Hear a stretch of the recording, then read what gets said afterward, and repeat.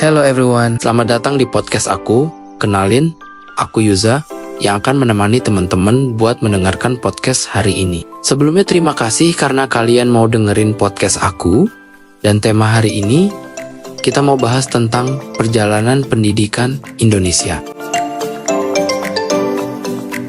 Pendidikan adalah salah satu elemen penting dalam membangun bangsa. Dan Indonesia punya sejarah pendidikan yang menarik.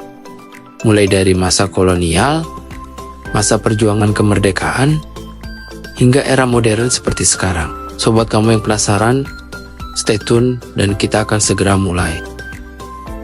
Kita mulai dari zaman kolonial Belanda. Di masa ini, pendidikan di Indonesia sangat diskriminatif. Sekolah-sekolah yang ada dibangun hanya untuk anak-anak Belanda dan keturunan Eropa. Sementara anak-anak pribumi, terutama dari kalangan rakyat biasa, hampir tidak punya akses ke pendidikan. Nah, baru pada akhir abad ke-19, pemerintah kolonial mulai mendirikan sekolah untuk pribumi yang berdiri pada tahun ke-1914. Tapi, sekolah-sekolah ini pun hanya diperuntukkan bagi kaum elit pribumi, terutama untuk mendidik mereka menjadi pegawai pemerintah kolonial. Bayangkan, saat itu belajar bukan untuk merdeka, tapi supaya kita bisa jadi pekerja yang baik buat penjajah. Rasanya gak adil bukan? Namun, seiring dengan munculnya semangat pergerakan nasional, para tokoh mulai menyadari pentingnya pendidikan sebagai senjata untuk melawan penjajahan. Salah satu tokoh penting yang punya kontribusi besar di sini adalah Ki Hajar Dewantara. Ada yang tahu siapa Ki Hajar Dewantara? Yuk, saya kenalkan tokoh pendidikan satu ini. Ki Hajar Dewantara, atau yang memiliki nama asli, Raden Mas Suhardi Suryaningrat, lahir pada 2 Mei tahun 1889 di Yogyakarta. Tanggal lahir beliau inilah yang kemudian diperingati sebagai Hari Pendidikan Nasional. Ki Hajar Dewantara berasal dari keluarga bangsawan Jawa, tapi ia memilih untuk memperjuangkan pendidikan bagi rakyat jelata. Pada tahun 1922, Ki Hajar Dewantara mendirikan Taman Siswa, sebuah lembaga pendidikan yang bertujuan memberi kesempatan kepada anak-anak pribumi untuk belajar tanpa campur tangan Belanda.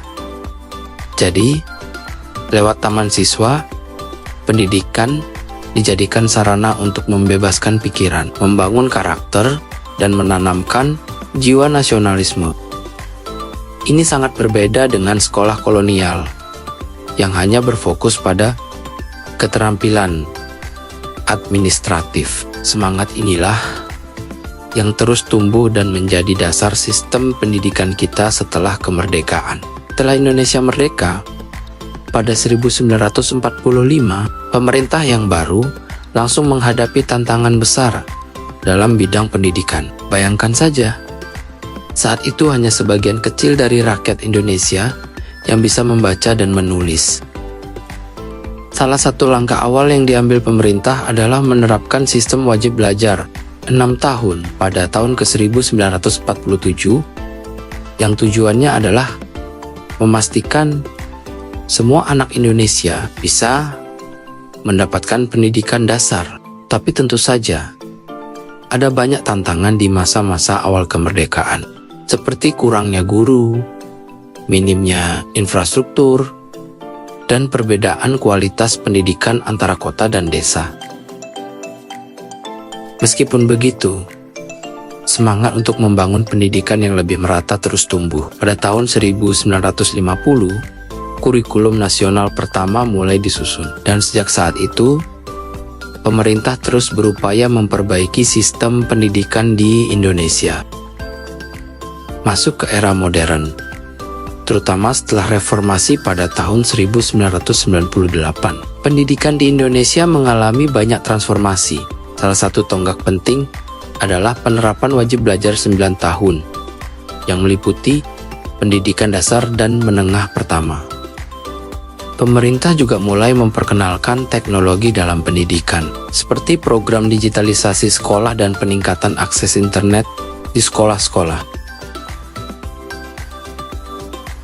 Namun, salah satu perubahan besar yang terjadi baru-baru ini adalah peluncuran program Merdeka Belajar oleh Menteri Pendidikan Nadiem Makarim. Program ini bertujuan untuk memberikan kebebasan yang lebih besar kepada sekolah, guru, dan siswa dalam menentukan cara belajar yang paling efektif.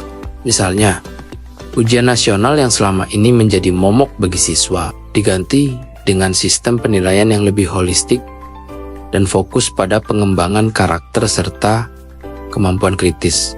Walaupun kita sudah mencapai banyak kemajuan, masih ada berbagai tantangan yang harus dihadapi dalam dunia pendidikan di Indonesia. Misalnya, kesenjangan pendidikan antara kota dan desa, akses terhadap teknologi di daerah terpencil, serta kualitas guru yang masih perlu ditingkatkan.